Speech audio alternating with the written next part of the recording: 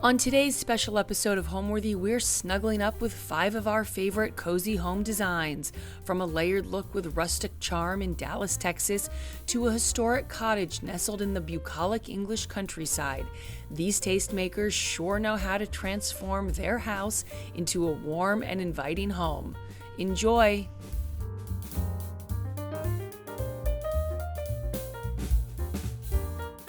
You're watching Homeworthy, where we believe every home has a story. Like and subscribe for more. Now I'm taking you to our favorite room where we spend so much of our time. I don't want to say favorite, I actually shouldn't say favorite, but the room where we come home and just luxuriate, our library, and it's filled with books. Again, I'm a super bookaholic. I just keep buying books. I can't stop buying books. I love buying books. You know, I don't read them all, but I certainly look at the pictures and I absorb things and I read the sections that are interesting to me. But I can't say that I've read them cover to cover. But I do sort of fantasize about the day that I retire, which will probably never happen because I don't want to retire, that I will sit around and read all my wonderful books. The sofa is super comfortable. It's very deep and luxurious. And Scott lies down and plays games on his iPad while we watch TV in here. I sit in this chair and watch TV, and Cooper sits in that tiny little footstool over there, lying down and luxuriates on that little chair right there. You can see the digging marks from where he digs. It's borderline on being ripped, so we're going to have to reupholster that. I love miniature furniture because I just love that. So there are miniature furniture all over the house that we use as little step stools for the dogs. These are a pair of wonderful 18th century chairs that I slip covered, sort of seeing the way Bunny Mellon and Pauline de Rothschild had slip covered French chairs, and I just love that. I kept the Fortuny and the fabric underneath, but I slip covered them just to have something sort of different. I always believe in having plants and flowers in the house because I think it makes the house feel alive. It's like having pets. It's so important, and it really makes a house a home to have living things in it. It feels so much more. It just feels natural and real, and I love the concept of nature coming into the house. I think it makes it just divine and cozy and real. You know, as you can see, so this is something that I do. If you look at the sofa closely, you'll see how many different fabrics are on the sofa. So this is such a me thing that I do. I take fabrics and I cut and paste them and make them my own. So this fabric actually, it's a wonderful Schumacher fabric, but I cut it up and use it. I took the border off and used it on the cushions. I upholstered the body in accountant and tout velvet. The wonderful trim on the bottom is so much fun. It's a great Clarence House passementerie that's on there. And then this is a divine Carolina Irving fabric. And then I've sort of used wonderful fringes and trims from Samuel & Sons, and then a wonderful velvet welt on the edge of it, sort of to tie it into the body. Again, Christopher Spitzmiller lamps, and I love making custom lampshades. I love unusual lampshades. So what's super fun about these is these 2 lampshades are made out of the same batik tablecloth. So this is the border of the batik tablecloth, and that's the center. So they're complementing, but they're not in the same fabric.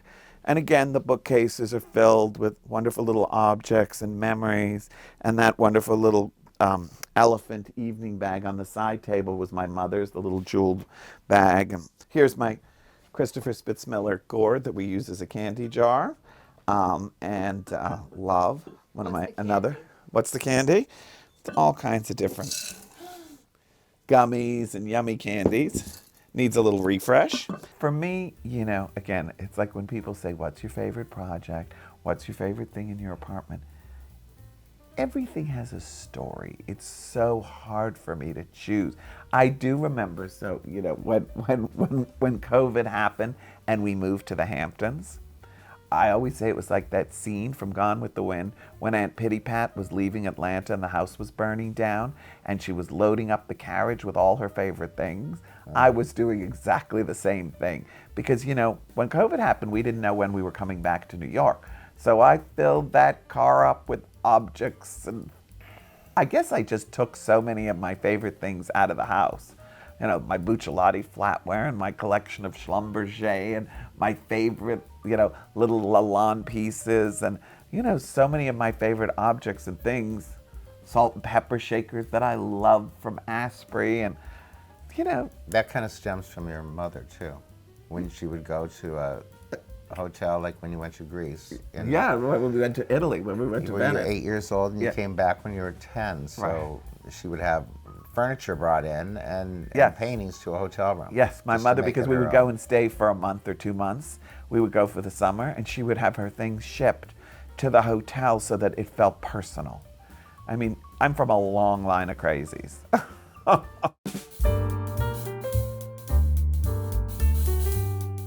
And another great story, and when you're in the kitchen, you'll see this. The island in the center of the kitchen. I had decided to surprise my husband and design the kitchen and not tell him what it was going to look like. And I had drawn out the island. The Amish had built it for me, and they bring the island to the house. And the gentleman, the head contractor says, "Mrs. McKeaney, come here. Your island does not fit into your house. We cannot get it in any doorway. Can't get it in at all." I had not measured my doorways to get this island in. So I had to humbly call my husband and say, "You know the island that I refuse to let you have any input on? We can't get it into the house." So he came racing home. He ended up in the kitchen taking out the window and all of the trim, and then proceeded to tell me it will never leave our house. Now we're in the kitchen, and this is where I live. When we first bought the home, there was a wall right here. Actually, the kitchen was right in here. And on this side were large butter vats where they would churn the butter when this was a dairy farm. Actually, the first night we bought the house, my husband and I came over and he took this wall down. So that was the very first thing that he did. I found these old, because it was a dairy farm, I found these used to hold hay to feed cows, and I made them into light fixtures. This island is the island that I was talking about that we couldn't get into the house. You can see it's a little too wide.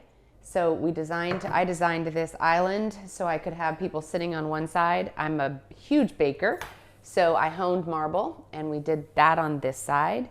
We used soapstone, which I have found has become, I think the combination of soapstone and marble are my favorite. So my desire in a kitchen was to have a combination of commercial, which is why the stainless, as well as the homey feel. I like the combination of that. I think number one, smells are really important in a kitchen. I mean, all of our kitchens look very different, but having something cooking or candles going is very important. Always having live things. I always have herbs growing, or herbs in a pot on my kitchen counter. I have fresh fruit. I have lemons because I drink lemon water every night. So having something alive is also important, whether that's herbs or flowers. Here we have a wall right over here where all 5 kids, we've measured them since they were very little. And, we could have gotten rid of it, but we've kept it. Here is our fireplace that we put in. There was a washer and dryer right here when we moved in. And we busted through and we put in some gas logs. As I said before, fireplaces in a kitchen to me make the kitchen. So we have literally, in one of the houses we did, we even put one that went up to the ceiling in brick. We just love to integrate fireplaces in a kitchen. I collect cutting boards. Different people collect dishes, but I collect cutting boards. In fact, this one, you can't see it, it has the cookies on it, but my husband made about 60 of these for a family reunion. And he burned Hillside Farm and our family motto, which is blessed. So here's a cutting board, but I collect cutting boards. I think it's fun anything wood adds warmth. These are Ruth's Barely Baked cookies, and they're in my cookbook. And the secret is there's 4 sticks of butter. But besides that, you can't use a mixer, you have to hand do it. And they're called barely baked for a reason. You take them out of the oven while they're barely baked. But this recipe's in the book. These photos, a friend of mine, every house that we flipped, she drew for us. So we could fit 3 on this wall. We have several other places in the house. I also think part of creating a home is to mix other generations in your generation. When my mom passed away, she gave away her Mackenzie child. So even though I don't necessarily use Mackenzie myself, I've collected them and kept them here. In my baking station, I keep all my flour, sugars, everything out on the counter all the time in fun big jars, and it just makes it feel more cozy. When we were redoing this portion of the kitchen, I wanted to create a new space for a pantry, so I asked my husband to put this door on one of these and brick the floor. And then we created a new pantry. We're gonna head to the den, but there's a couple of little things I wanna show you beforehand. When we walked in here, my husband asked me when we first moved in, is there a place in the house you don't like? Well, for me, it was this dark, small hallway. Well, I went to the grocery store, I came home, and my husband had put a hole in the ceiling and was hanging a light. But in these nooks, here's another piece of art my daughter did. So just any nook and cranny that you can put a piece of your family makes it home. And then there's another thing. Here is it's a bathroom. It's become one of my favorite rooms in the house, and you'll see why. I love the pop of color and the wallpaper. It's a European wallpaper that I found. This bathroom just makes me happy. Here is our den. Years ago, I visited a friend in Charlotte, and when I walked into her mother's den, they had floor-to-ceiling black and whites of the family over decades, and it covered every wall, and I thought, I want to do that someday. So when you walk into our den, that's what we've started, is a collection of our family story, and we just continuously add it over time and replace it. And that's why this is one of my favorite rooms. This is where we read at night as a family. This is where we do puzzles. This is where we play games. And it just represents our family to me. All right, so when you walk into our living room, which is probably the more formal room, it's where I do a lot of reading and visiting with people. I love texture. I love surprise elements, and I think that this room brings that all together. This was given to us by someone. These chairs Bob and I found up in Maine and had them shipped back. I had this chair made.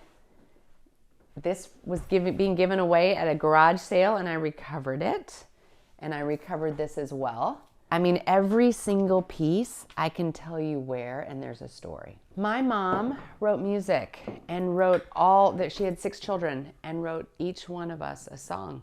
And before she died, she gave us each the music to our songs. And I had one of the pages of mine framed. Okay, like I said, we do artwork with a story. And so a friend had this painted. In front of our house, you'll see we have a grove of 8 apple trees, 8 Honeycrisp trees that were given to us from my cousin as a thank you. And she had that painted for us. This is the same artist that's in the kitchen. So those 2 photos or paintings are the only 2 in our house that we don't have a connection. Actually, this one above the fireplace, when we were cleaning up our dirt basement, which was, some of it was underwater, and this was under a large beam, and it was rolled up and crinkled. I took it. It says, Paris, there is a date. I think we had it dated to 100 years ago. And you can see it's messed up in places, so they put it behind glass for us. But it goes beautifully in this room, and it works.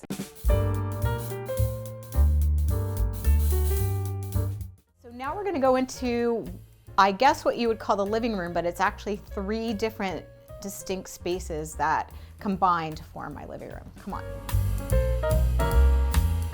So this is my living room. It's actually 3 distinct spaces that combine to form one great big sort of modified open plan living room. I think that what originally this was, I feel like this little area over here was possibly a seating gathering area, and I think the fireplace, which is across on the other side of the room, was where people sat to get warm. And then in the room behind, it was a garden room. I know this because, and I'll show you, when we were renovating the house, number 1, the floor is tile. It's clinker tile, which is like a really old-fashioned kind of cheap brick.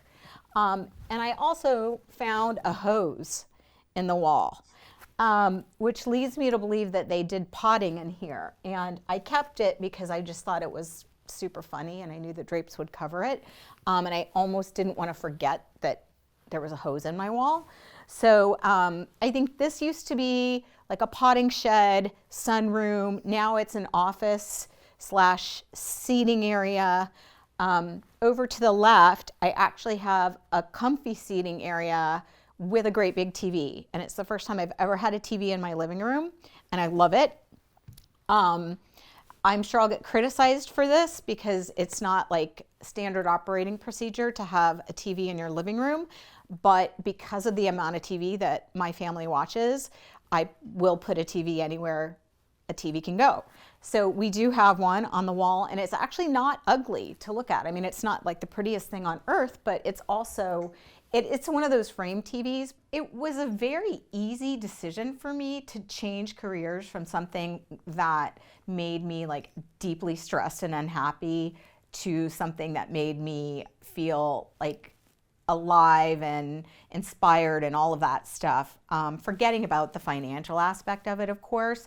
But I think the hard part is just when you're doing something creative, you're really putting yourself out there for people to look at and to criticize. So it's really hard. I think the hardest part for anybody in a creative industry is finding just like their sea legs and their confidence and being comfortable putting what they have to offer out there in the world, especially with all this technology, for people to dissect and copy and criticize and, you know, screw up on certain occasions, and all that kind of like noise that happens surrounding it is the hard part. But I think it all stems from confidence, and that's something in my 50s I'm literally, I think, hitting that stride right now. As a younger designer, I was like, you know, I was a whirling dervish. It was a mess. In this zone is like the relaxation zone. I wanted it to feel like grandma's house had been revived. That's why I did kind of a wild pattern on the sofa, which you're seeing a lot of right now. It's like coming back, but I've always been kind of a granny decorator at heart and a real traditionalist. So this is something I would have done many years ago, and I'm still doing it. So the sofa has this large scale pattern, and basically what I tried to do in this house, believe it or not, was my main focus was I didn't want anything to match. So I wanted it to feel as though it had evolved and grown and mishmashed together. That's why the rug doesn't reference the colors in the pillows, and the colors in the pillows don't reference the colors in the other rug, and so on and so forth. So in a sense, this room is like, I think, my biggest decorating sort of fun thing to do, which is to put disparate objects together and make them work together, even though they wouldn't in isolation, if that makes any sense. A good example of that, I think, is the fact that the rug is pink and light sage green and blue, and then I've got pillows on this sofa in like a deep purple with gold and turquoise, and I've got these crazy embroidered pillows that have red and green and turquoise. So, you know, you really, if you look at each element, it really doesn't necessarily match the other elements, but somehow once they're all together, they really work. And it's little teeny things for me, like basically the cover of this book is the same color as the orange in this pillow. And that's the kind of connections I like to make in rooms, like little sort of very discreet connections. And that's when the decorating, I think, looks the best to me. So we bought this house during the very, very height of the pandemic, like during the time where people were like Lysoling their groceries and wearing gloves and like ski masks when they went outside. That was when we bought this house. No one came to see it, which is why we got it so quickly. I mean, it was really like serendipitous timing. But it's a 1926 Tudor that really hadn't been touched. There had been some modifications to the kitchen and the bathrooms I'm gonna say in the 80s. It reeked of 80s. The kitchen looked like the Olive Garden. But other than that, it really hadn't been touched since it had been built.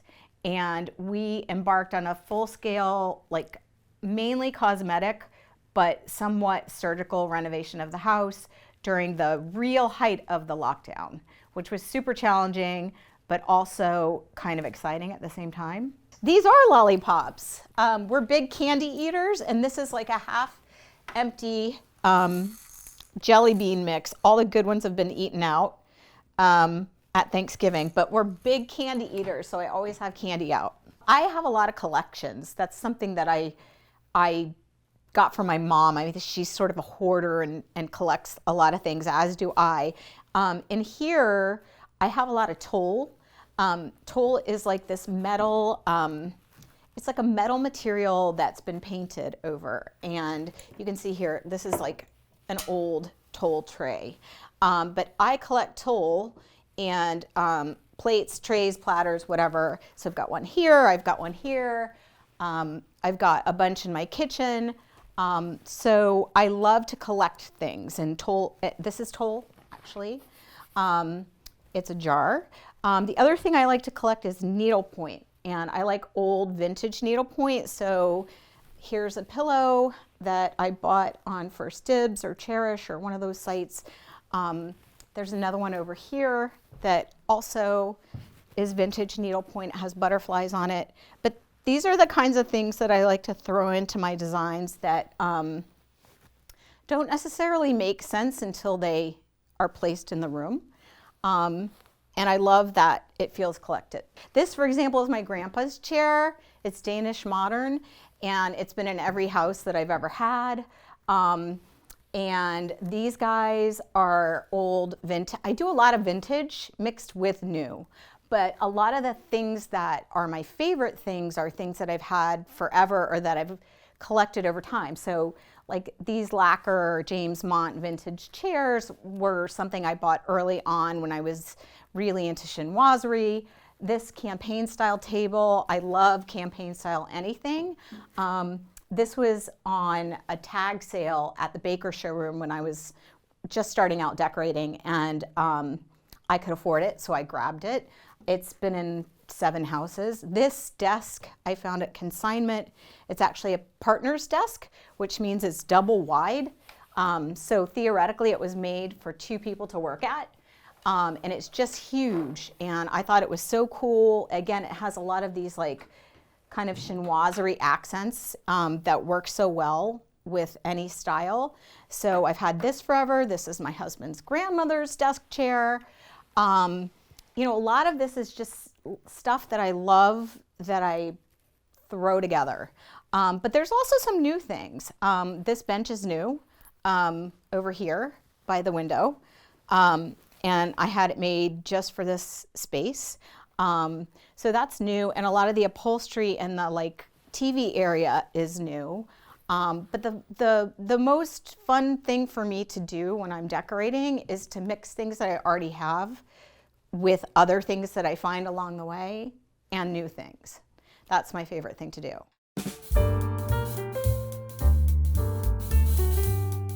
So this is our living room. This is kind of like a place where we welcome our friends to have a cocktail before we go to dinner. This is kind of like the cozy place where we're during the holidays, we have our Christmas tree, where we exchange gifts, where we have our fireplace on. This is actually maybe the 3rd time we've remodeled this room. 2nd time we adopted a new puppy that destroyed our couches. So after that, I found this painting that kind of gave me the full inspiration for the room. I love the combination of the navy with the rust, with kind of like a little bit of a masculine look to it, adding a little bit of fun color. So that was kind of like the first piece that I picked for this rendition of the living room. I love that this is kind of like an easy conversation room. We want to make sure that everyone feels comfortable. There's stools that you can pull out if you want to just come and sit. The fireplace is original, and we wanted to keep a couple of things original to the house. We also raised the ceiling in this room in this last renovation, which made it feel a lot different than the 9-foot ceilings. So that was a huge change because I was obsessed with this light, and this light needed to make it home. So this is a Ralph Lauren chandelier. And I love the combination with the brass and the leather. Gives it kind of like a masculine but old school look to the room. Clearly working at Ralph Lauren kind of influenced a lot of my look. All that combination of like metals with leather with kind of like a European international look. Also kind of a little bit of American and masculine, kind of like influenced in every single room. I love it that feels lived. It doesn't need to feel like it's a gallery or like a show house. It's kind of like a lived room where you want to be comfortable. That's what I want my guests to feel. And also us, when we're just around and we're just by the fireplace or just reading, having a drink, it just needs to be lived and comfortable. So this is actually a pair of chests that I found from Scout Design. I told them that if they could find a place, this would be it. I love the storage, but I also love kind of like the combination of the stone with a little bit of a vintage wood. Again, since we kept kind of like the look of the house, I wanted to bring some of the vintage pieces that give it a little bit more original character. I clearly like some layers, so there's always books and trays and like the layers of like different items. Again, every single piece in the house has a little bit of history. This came from a trip to Turkey. This was drawn by my grandmother. She is an artist. Just every single thing has a little bit of a story during our travels or our family, that kind of makes it a little bit more special. That is an unbelievable piece of art. Thanks. She is very, very creative and she's super talented. That is one of, I think, 5 pieces that I own of hers, and they're kind of like my most precious pieces that I would love to save forever. So this actually is another Ralph Lauren piece that I actually bought a couple years ago from an estate sale. It actually holds my favorite book in the house. This was my grandfather's original drawings of the Mexican cathedral. It was given to me by my grandmother. She knew that I was going into design and architecture, so this was kind of like her, you can do it, this is in your blood, go for it kind of thing. It's kind of like one of my favorite pieces and it's super special. The rest, as you can tell, is all layers. And of course, there's always my turtle shells. I love a turtle shell theme. You'll see them throughout the house. There's quite a bit of them. They come everywhere. And I love kind of like the story of like the shell is kind of like different for every single one, but also it's kind of like, okay, that one's someone's home. I love thinking of someone's like home as something special and unique. So that's kind of like a unique for that one turtle. So this is the original mantle from the house. We actually just lacquered it and changed the tile to give it a little bit of an updated look. We love the scale and it kind of gives the height of the ceiling still even more of an impact when you walk in. I love lacquering things in black. I feel like it just gives you kind of like a new air of fresh air.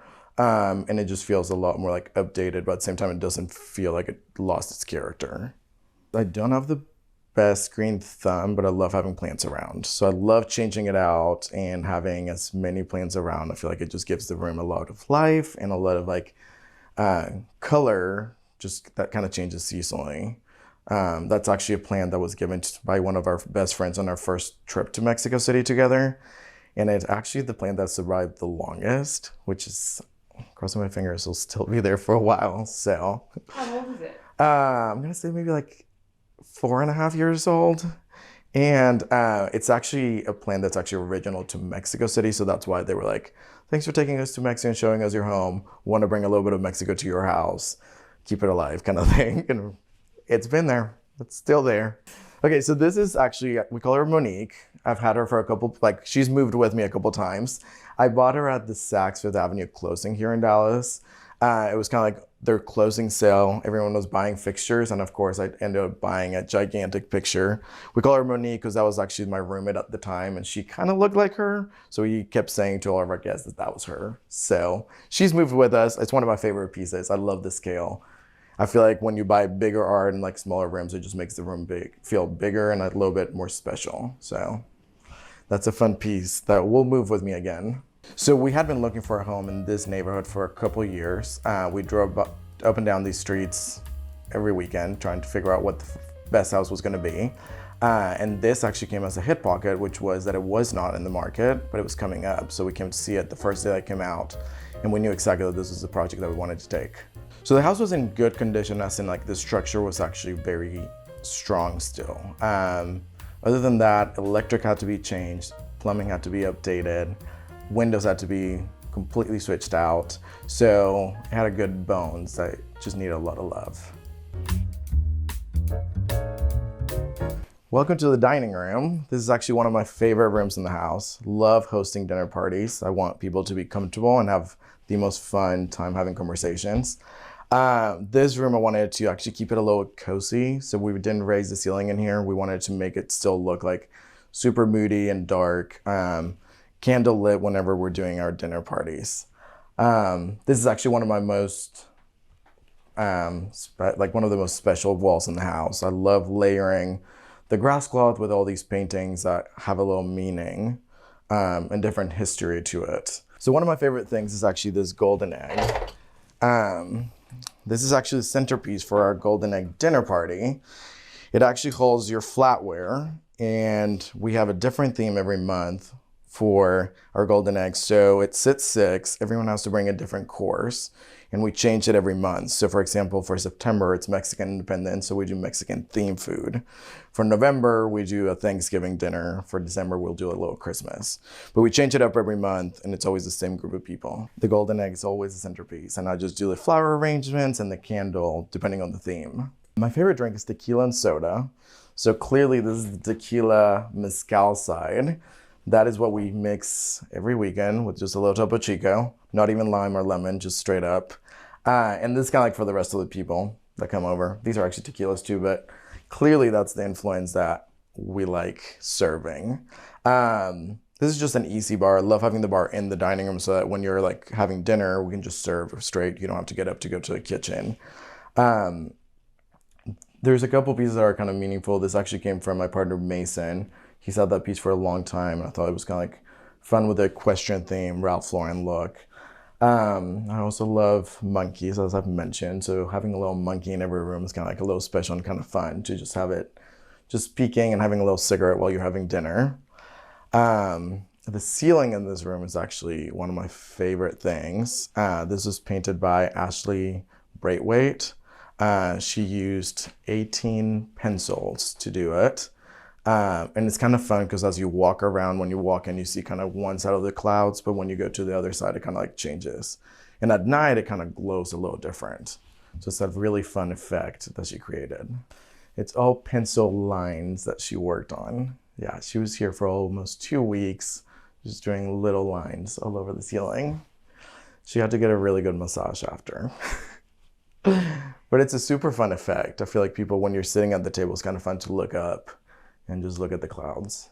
My favorite thing about the room is that we could fit a round table. I love having a round table because it's just like so easy for conversation. When it's a long table, I feel like communication gets a little lost between the two sides. With this, it's just one single table, one single round. There's no head of the table or special seats other than the couch. The couch is definitely a little more comfortable than the seats, but still, it's still a round table, so everyone has the same opportunity to have a conversation.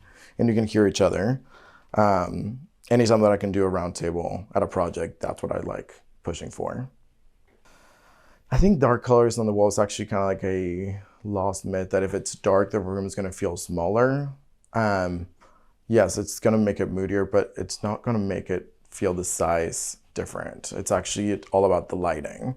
So even painting your walls or doing a black grass cloth like this room, like it actually makes it even kind of go a little bit deeper out. And it's just kind of like the art kind of floating, which makes it even bigger. It's all about the lighting and like, of course, the look that you're wanting to go for. For this room, I would definitely wanted to create it a little bit moodier and darker and like where you feel a little bit more comfortable. That is actually a painting of the French Revolution. My grandmother's French. So when I found this at an antique shop, I was like, I need to take that and that should go somewhere else special. It actually hung in my powder bathroom in my last place for the longest time, and people had the longest conversations about like the nicest piece in my house being in the powder bath. And now, of course, it's in the dining room. It's kind of like everyone's having a dinner at this place. It's kind of connection with the dining area. It was just kind of fun to kind of bring some of the French inspiration from like a family, style, heirloom kind of thing. So. And it's right next to the lobster. Right next to the French lobster, which is, I found that at Round Top last year. One of my best friends and I went together and he was obsessed with the lobster. And I was like, I'm just going to buy it because I don't know. It's just fun. But it actually fit perfect in the dining room. I was like, perfect. Kind of like dinner theme. So, and it's a fun pop of color that I was not expecting it was going to work in this room. Those pieces of art are always like, some people wanted to design a room around their piece of art. Some people kind of like are the opposite, like design a room and then the art will find its place. This is kind of like one of those that it was like the last piece that found its little corner and kind of added a little color. Another one of my favorite collections is these spies. They were actually a gift from a client. They're the Vanity Fair spies. Each one is a different gentleman, and it actually has a history in the back of what they did or what their profession was. There's a lot of different versions of them. These were actually a gift, and they're one of my favorite pieces. I love that each one is kind of looking a different way. It kind of creates a little bit of a different mood, and like they're either staring at you at the table or they're like talking about you kind of like behind your back kind of thing. So those are kind of fun pieces. I love doing the sofa in the dining room. I feel like it's kind of like a special place, but also I kind of wanted to add a different fabric and a different shape, that it didn't just feel like a collection of chairs. I kind of like adding that extra like feeling and like color just to make it a little bit different and not just like a, you bought the set, you know, has this 8 chairs and that's all matching. I call myself a collected maximalist. So we love layers. We love having a lot of items that have stories.